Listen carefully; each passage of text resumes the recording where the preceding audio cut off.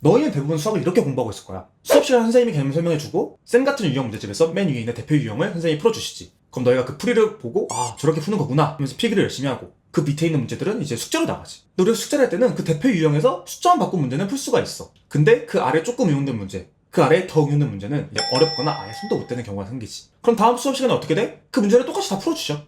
그럼 너희는 똑같이 문제들의 풀이를 필기하고 암기하려고 하지. 얘들아, 이 공부는 정말 의미가 없는 수학 공부야. 시험 문제가 그 문제랑 똑같이 안 나오잖아. 근데 그 문제를 하나하나 암기하는 게 너희의 수학 점수에 전혀 도움이 안 된다는 거야. 나도 이렇게 암기식으로 정말 열심히 공부를 했어. 내가 고등학교 3학년 때는 대치동까지 학원 왔다 갔다 하면서 공부를 했는데 수능에서 무려 수학 6등급이라는 점수를 받았어. 근데 재수할 때는 정확하게 문제를 푸는 방법을 알고 이렇게 해가지고 1등급이라는 성적을 받을 수 있었어. 오늘 이야기할 내용은 이 수학 문제를 정확하게 푸는 방법이야. 반가워 얘들아, 나는 수학하는 다운쌤이고 이 방법에 대해서 바로 한번 이야기해보도록 하자. 이것이 수학이다.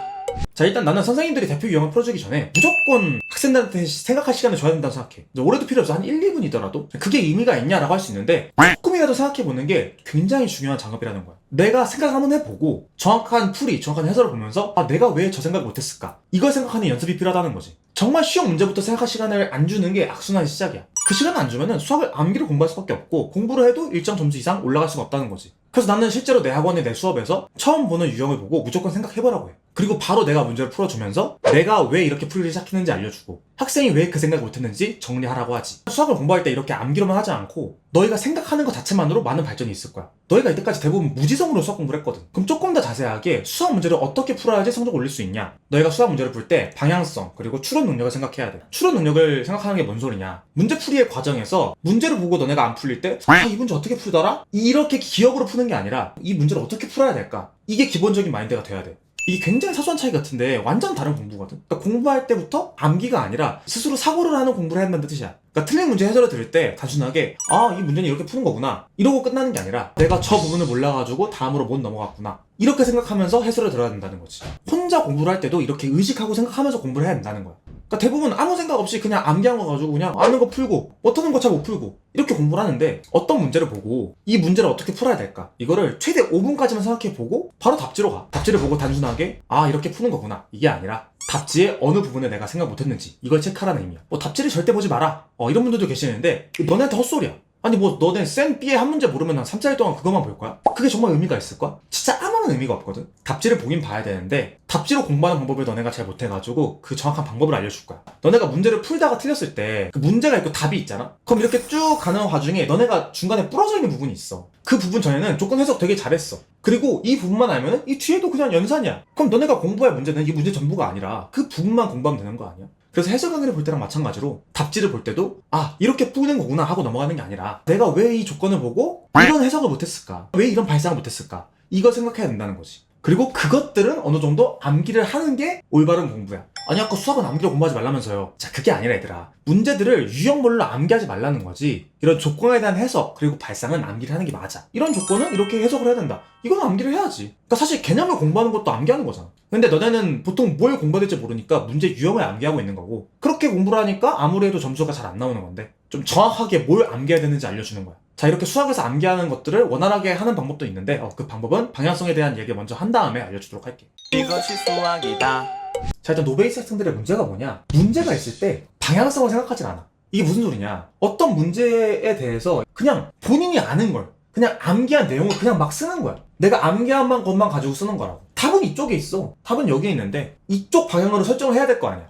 근데 그게 아니라 그냥 본인이 아는 거 다 쓴다는 거지. 근데 이렇게만 해도 어느 정도 문제는 풀려. 이 쉬운 문제들은 답까지의 거리가 짧거든. 그리고 그렇게 공부해도 어느 정도 점수가 늘어. 왜? 이 방향을 몰라도 이렇게 아는 게 멀어지면은 원래 여기에 있던 문제 원래 못 풀었잖아. 근데 그렇게 공부하다 보면은 암기한 게 많아져가지고 맞추게 된다고. 그래서 암기로 공부해도 3점짜리 문제들 그리고 4점짜리 어느 정도 문제들은 풀 수가 있어. 이번 2024학년도 수능에 나온 공통 문제들을 살펴봤을 때 분류한다면 이렇게 분류할 수 있을 것 같아.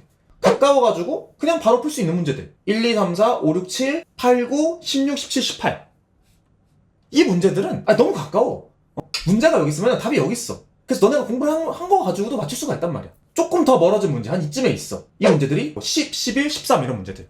너네가 방향성을 굳이 잡을 필요는 없어. 너네가 공부를 하면 할수록 이 문제들도 이렇게 풀면 되겠구나 느껴져. 근데 좀 더 멀다는 거지. 그리고 여기에서 조금 더 멀어진 그런 문제들이 뭐냐면은 12, 15, 19 요 정도. 얘들아, 이 문제들을 너네가 방향성 없이 그냥 암기식으로 공부해서 맞췄으면 너네 진짜 공부 열심히 한 거야. 근데 이렇게 공부하면 딱 여기까지만 풀 수 있어.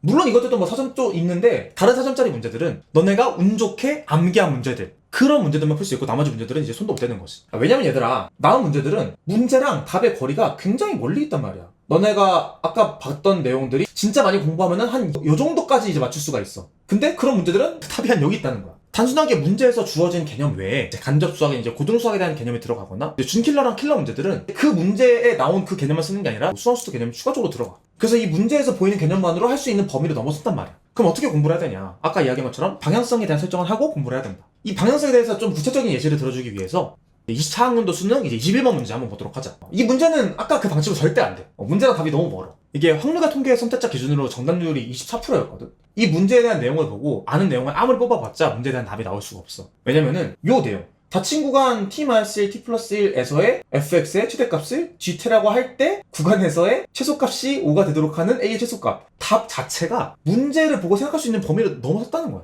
그럼 어떤 게 방향성이냐? 이걸 보고 내가 2차 함수의 그래프는 정확하게 그릴 수 있으니까 그려야 된다는 생각, 그리고 로그 함수의 그래프를 그릴 수 있고 이게 6,0에서 시작된다는 생각, 그리고 로그 함수의 개형에 대한 생각, 그리고 t-1부터 t+1까지면은 어떤 상황이 돼야 되는지, 그 최소값이 5가 되려면은 어떻게 돼야 되는지, 이런 방향성이 있어야지 답으로 갈 수 있다는 거야. 근데 뭐 이 문제를 보고 얘들아, 2차 함수 나왔네? 이거 축의 방정식으로 따지면은 뭐 x가 3이 축의 방정식이다. 이게 의미가 있어 얘들아? 이 로그 함수의 정금선이 뭐 x는 5다. 이게 의미가 있냐고. 이런 생각하는 것 자체가 방향성이 없고 답을 찾을 수가 없다는 거지. 아니 선생님, 근데 이거 너무 어려운데 이런 문제들 가지고 방향성을 공부를 해야 되나요? 아까 보여준 문제들, 조금 더 쉬운 문제들 가지고도 방향성을 공부할 수 있다는 거야. 자, 12번 같은 문제의 경우에도 이거 뭐 할 수 있어. 할 수 있는데 방향성을 설정하면은 이게 기울기가 -1이고 t, ft를 지나는 직선이구나 라는 걸 생각하고 어떤 모양이 돼야 되는지 생각을 해야 된다는 거지. 15번 같은 경우는 사실 이거는 뭐 워낙 기출에서 많이 나온 내용이라 이것도 마찬가지로 이렇게 나오려면 어떻게 돼야 될까? 홀수일 때는 여기 올라가고 짝수일 때 여기가 되니까 이게 무조건 자연수가 되겠구나. 그러면 1, 2나 2, 1밖에 없구나. 그럼 A6이 1이나 2일 때를 계산해 봐야겠다. 이런 생각. 19번 문제는 x가 지금 자연수라고 했는데 그럼 자연수 x가 어떤 값일 때 어떤 주기로 이 fx가 바뀌는지, 그때 그 식이 이 곱하는 게 4분의 1보다 작을 때는 언젠지, 그럼 사인끼리 곱해지는 형태인데 뭐 다른 삼각함수를 바꿀 수 있는지, 코사인을 바꿀 수 있는지, 이런 방향성을 생각해서 공부를 한다는 거야. 자, 이렇게 공부한다고 하면은 아까 내가 이 12, 15, 19 문제 내가 암기식으로 이거 공부하면 진짜 엄청나게 공부 열심히 해야지 맞출 수 있다고 했잖아, 그치? 근데 훨씬 더 적은 시간을 들여가지고도 이런 문제를 맞출 수가 있다. 그리고 이런 방향성을 통해서 공부를 해야지 올바른 공부를 할 수 있다는 얘기야. 이게 왜 올바른 공부겠어? 이렇게 공부를 해야지 고난도 문제를 풀 수가 있으니까. 방향성을 생각하는 공부를 할 수가 있으니까. 자, 이렇게 추론 능력이랑 방향성에 대한 이야기를 했는데, 이걸 인지하고 공부 방향을 바꾸면은 같은 노력을 써도 훨씬 더 빠르게 성적을 올릴 수 있어. 스스로 이 공부 방향을 바꾸면 좋겠지만 그게 되게 어렵긴 해. 그래서 내가 이에 대한 구체적인 방법으로 틀린 문제에 대해서는 발상 노트를 쓰도록 추천하고 있어. 발상 노트가 뭐냐면은 방금 말한 추론 능력과 방향성, 이 두 개를 효율적으로 공부하는 방법인데, 조건 해석이랑 발상을 효율적으로 암기하는 방법이야. 이게 수학에서 암기라는 소리나 하면 발작하는 사람들이 있는데 수학에서도 분명히 암기해야 될 부분이 있고, 그 암기를 원활하게 하는 발상 노트를 쓰는 방법은 이제 발상 노트 쓰는 방법 영상을 내가 따로 찍을 테니까 그 영상 한번 참고해줘. 영상이 도움이 되었으면 이제 구독과 좋아요 눌러주고, 궁금한 내용이 있으면 댓글 써주면은 내가 답변 남겨주거나 영상 찍어주도록 할게. 그럼 지금까지 땅호쌤이었어. 땅빠. Dum dum dum dum dum dum dum dum dum dum dum dum dum dum dum dum dum dum